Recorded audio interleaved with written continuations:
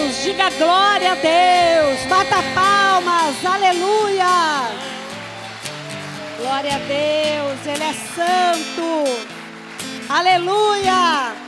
Diga glória, glória, glória a Deus, aleluia.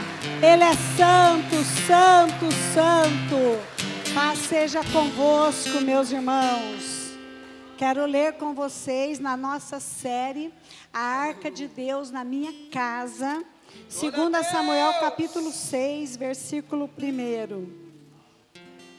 Depois nós vamos ler versículo 1 e 2 e já vamos no versículo 12. Mais uma vez Davi reuniu todos os escolhidos de Israel em número de 30.000. Davi se levantou com todo o povo que tinha consigo, partiu para Baalá de Judá, para de lá trazer a arca de Deus, diante da qual se invoca o nome do Senhor dos Exércitos, que se assenta acima dos querubins. Agora nós vamos no versículo 12. Avisaram o rei Davi dizendo: o Senhor abençoou a casa de Obed-edom e tudo o que ele tem, aleluia, por causa da arca de Deus. Então Davi foi e com alegria trouxe a arca de Deus da casa de Obed-edom à cidade de Davi. Quando os que levavam a arca do Senhor tinham dado 6 passos, Davi sacrificava um boi e um animal gordo. Davi dançava com todas as suas forças diante do Senhor. Ele estava cingido de uma estola sacerdotal de linho. Assim Davi, com todo Israel, levou a arca do Senhor com júbilo e ao som de trombetas. Deus, até aí. Deus querido, eu quero agradecer ao Senhor por esse tempo na sua casa, por essa palavra, meu Deus, que o Senhor tem colocado no nosso coração. O Senhor nos deu uma direção sobre levarmos a arca para a nossa casa, levarmos a presença de Deus para a nossa família e permanecermos com ela, ó Deus querido. E nesta noite, nós queremos mais uma vez, com gratidão, buscar, ó Deus, sabedoria para levar a arca do Senhor e ela permanecer na sua casa, no nome de Jesus. Amém, queridos? Assenta no seu lugar. Essas 2 semanas, esse tempo que nós estamos falando sobre a arca de Deus na nossa casa, nós já falamos muito sobre quem eu não quero ser. Então, quem eu não quero ser? Abinadab. Não quero ser. Não quero levar a presença de Deus. Não quero levar a arca de Deus para minha casa e permanecer da mesma maneira, ou tratar a presença de Deus como algo comum na minha vida. Isso chama religiosidade. A religiosidade faz o ser humano ser uma pessoa religiosa, mas a religiosidade impede o ser humano de ter uma proximidade e de tratar a presença de Deus e de ter a presença de Deus com o cuidado, a reverência que é merecido. Então nós aprendemos isso com Abinadab, que ficou 20 anos com a arca de Deus na casa dele. O que mudou lá? Nada. Mas a outra pessoa que teve a arca de Deus na sua casa foi Obed-edom. Durante 3 meses. Vamos lá. 20 anos versus 3 meses. Que a arca de Deus ficou na casa de Obed-edom. Esses 3 meses, eles foram cruciais na vida de Obed-edom. Quer ver o que nós começamos lendo? Olha assim, ó. Mais uma vez, Davi reuniu todos os escolhidos de Israel, em número de 30.000. Por que ele levantou esse povo? Ele levantou esse povo para ir com ele buscar a arca.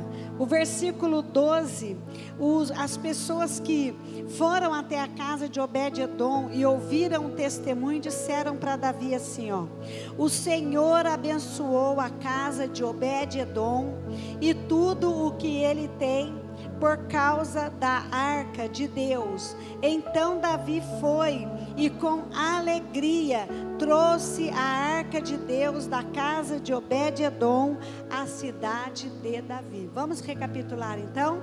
20 anos na casa de Abinadab, 3 meses na casa de Obed-edom, mudou toda a história. Mas qual era o verdadeiro propósito de Davi? Era deixar a arca lá na casa de Abinadab? Era deixar a arca na casa de Obed-edom? Não. Porque Davi era menino quando ele foi para o pasto cuidar das ovelhas do seu pai. Quando ele estava cuidando das ovelhas, ele também adorava a Deus. Então ele tinha uma vida de adoração, uma vida buscando a presença de Deus. Davi, quando ele se posicionou e ele assumiu o trono de Israel, ele disse assim, ó: eu sou humano, sou homem, sou falho, e eu estou num palácio, eu moro num palácio. Olha como eu estou cercado de coisas boas. E quem será que deu todas estas coisas boas para Davi? Foi Deus. Então, diante desta situação, Davi poderia ter se calado e dito assim: bom, se Deus quiser que a arca dele venha para cá, ele vai lá, vai arrumar alguém, vai buscar, o sacerdote vai buscar, as coisas vão resolver. Só que Davi, irmãos, ele tinha um coração segundo o coração de Deus. A Bíblia diz que Davi era o homem segundo o coração de Deus. Então ele, olhando para tudo que ele estava vivendo, toda a bênção, toda a prosperidade, e morando num palácio, ele não se achou digno só dele morar num palácio. Por isso é que ele levanta uma comitiva de 30.000 pessoas para buscar a arca. Tudo que acontece no caminho, toda a história, todo enredo, tudo que se passou durante este período, foi só para fazer com que Davi tivesse mais desejo de trazer a presença de Deus para a sua casa. Então, quando ele vai à casa de Obed-edom, antes dele chegar, ele já tem notícia: olha, Davi, sabe o que aconteceu? A história desse homem foi mudada. Olha, e também há uma história antes, durante e depois, sobre Davi e a presença, Davi e a arca de Deus. Era tão importante para Davi levar essa arca, para construir um local onde a arca pudesse estar e as pessoas pudessem ver, e pudesse estar mais próximo da arca, que representava a presença de Deus. Por isso que era tão importante para aquele menino, que ficou 10 anos no pasto, mesmo sendo empossado, ungido rei.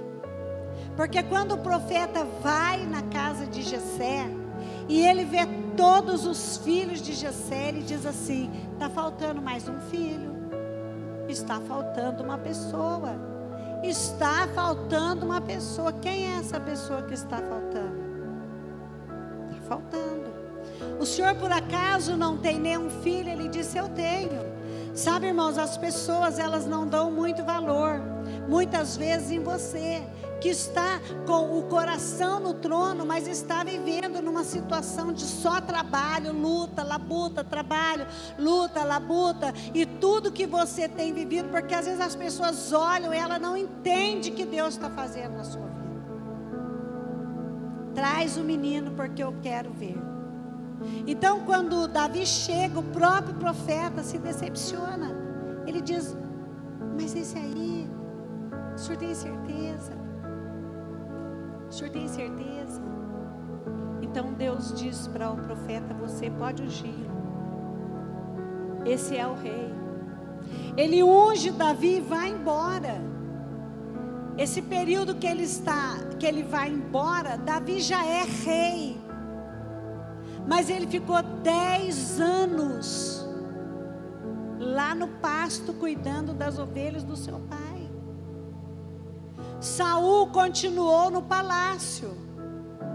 Saul sabia que a arca estava na casa de Abinadab, ele sabia.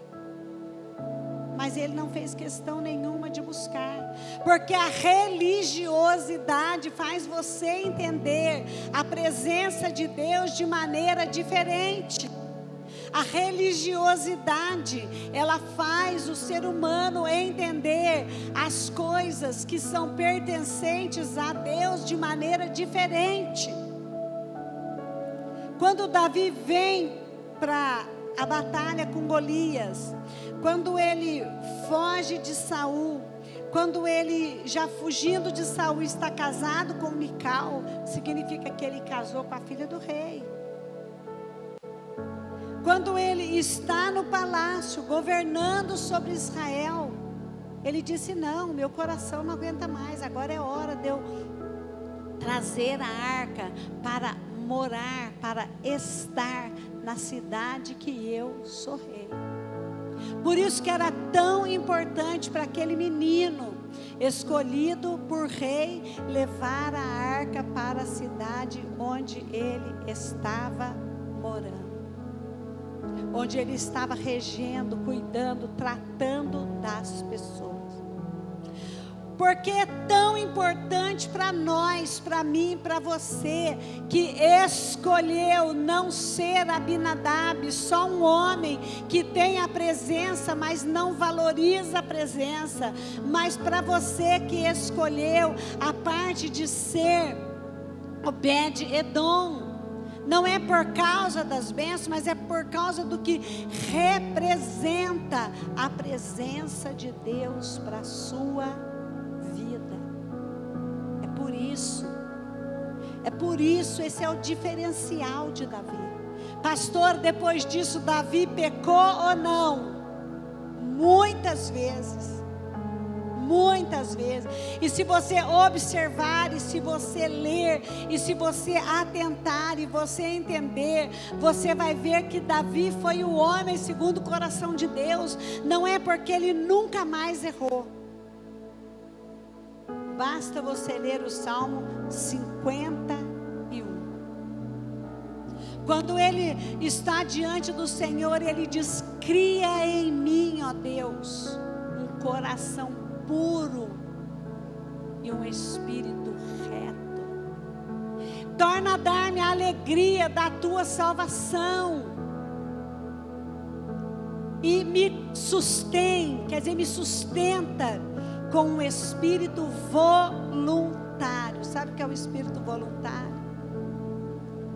É quando você serve ao Senhor, não é porque alguém está impulsionando você a servir, mas é porque dentro de você arde uma unção, arde uma presença, você convive com ela, e o diferencial entre o que serve e o que não serve é como você maneja a palavra da verdade, é como você maneja a presença de Deus que está em você. Não é um mês, não é um dia, não é um ano, não é uma semana, não são 10 anos, mas é a vida toda.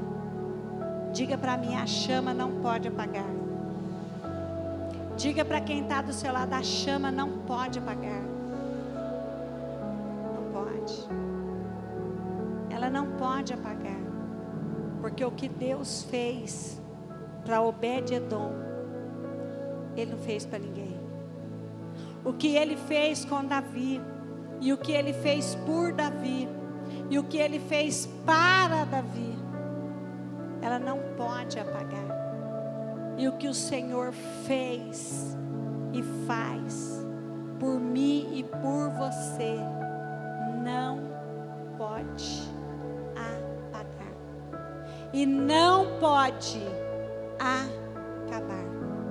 Irmãos, toda a nossa vida nós temos buscado ao Senhor.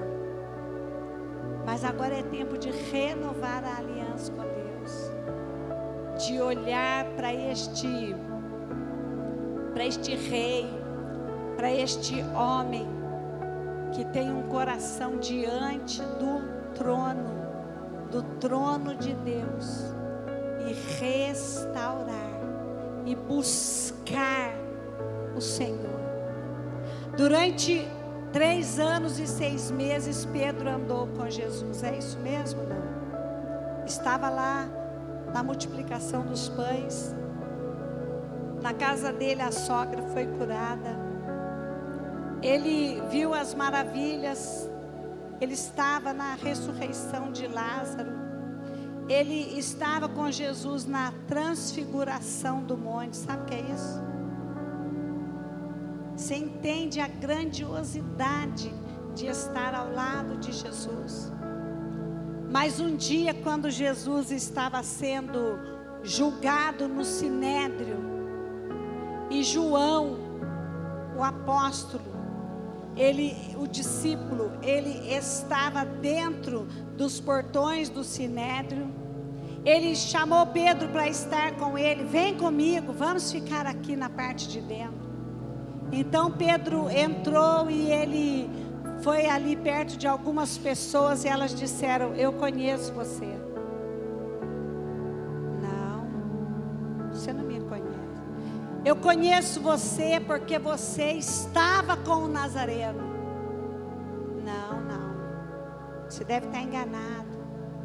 Não, você se veste como ele. Não. Mas você fala como ele. Quem, eu? Não, eu nem o conheço. Mas Jesus havia dito para ele: fique atento, Pedro, porque antes que o galo cante, 3 vezes me negarás. Então, quando Jesus sai do sinédrio, lá sentenciado, e ele passa por Pedro, ele olha nos olhos de Pedro, e naquela hora Pedro entendeu: não é só ter a presença, mas é valorizar e estar, a presença estar dentro de você e mudar a sua vida. O que em 3 anos e meio não aconteceu na vida de Pedro, não aconteceu na vida de Pedro, porque ele estava com Jesus, mas ele ainda não havia sido transformado. Ela acontece num simples olhar, num pequeno gesto, de algo que Jesus havia falado com ele. É isso que vai acontecer. E realmente aconteceu, como Jesus havia falado com ele. E muitas outras pessoas que tiveram suas vidas transformadas pela presença, pela pessoa de Deus e de Jesus através do Espírito Santo. Qual é a vida espiritual que você quer levar em 2025? Para mim tá bom essa vida que eu estou levando, pastor, mas o Senhor pode te dar muito mais. Mas Deus, Ele pode te abençoar muito mais. Ele pode cuidar de você muito mais do que Ele tem cuidado, do que você tem percebido ter sido cuidado por Ele. A nossa religiosidade, algumas vezes, ela ofusca, ela abafa ela descentraliza a nossa fé. O foco deixa de ser Ele para ser. O foco deixa de ser a presença dEle para ser o que eu quero que seja. É por isso que nessa noite o Senhor Deus trouxe você até aqui, porque neste tempo nós vamos abrir o nosso coração, rasgá-lo diante da presença de Deus, e vamos falar com o Senhor, e vamos permanecer diante dEle, permanecer firme e fiéis, servindo a Deus com todo o nosso coração e com toda a nossa alma. E a recompensa vem do Senhor, e ela vem em nome de Jesus. Ela vem em nome de Jesus. Eu quero orar com você que escolheu a melhor parte. Lembra de Maria e Marta? Lembra? Todas as duas eram muito importantes. Faltam Martas nessa vida, não falta? Faltam não, faltam Martas. Faltam muitas Martas nessa vida. Mulheres que trabalham, que correm, que vai, que faz, que vem e tal. Mas Jesus disse, você pode ser Marta, não há nada demais em ser Marta. Mas você precisa se posicionar como Maria e ouvir, e parar para ouvir, e entender tudo o que eu tenho para você. Vamos orar, meus irmãos. Curve a sua cabeça, você que está em casa. Quero orar com você. Aleluia. Obrigado, Jesus, por esse tempo. Eu me disponho, Senhor, diante de Ti. Ó Deus querido, o Senhor tem cuidado, o Senhor tem protegido, o Senhor tem nos direcionado. E, Senhor Jesus, esta palavra, nós queremos ter a arca, levar a arca, e saber que esta arca que contém o pão, o maná, que no deserto ele saciou a fome daqueles homens.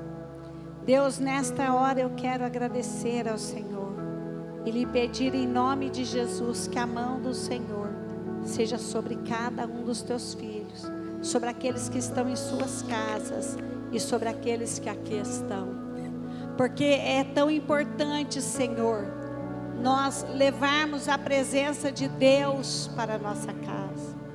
É tão importante, Senhor, nós levarmos. É porque o Senhor tem cuidado de nós. Então nos ajude a permanecer todo o tempo diante do Senhor, firmes e fiéis. E cuida, Senhor, do teu povo, no nome de Jesus. Para você que está na sua casa, está aparecendo aqui, olha, na barra do seu celular, o número do Pix dessa igreja, pelo qual você pode fazer a sua oferta e devolver os seus dízimos. E eu sei que a bênção de Deus é sobre a sua vida. Que o Senhor Deus te abençoe e te guarde, que Ele levante o seu rosto sobre você. E que todo investimento que você faz nesta obra e na obra de Deus,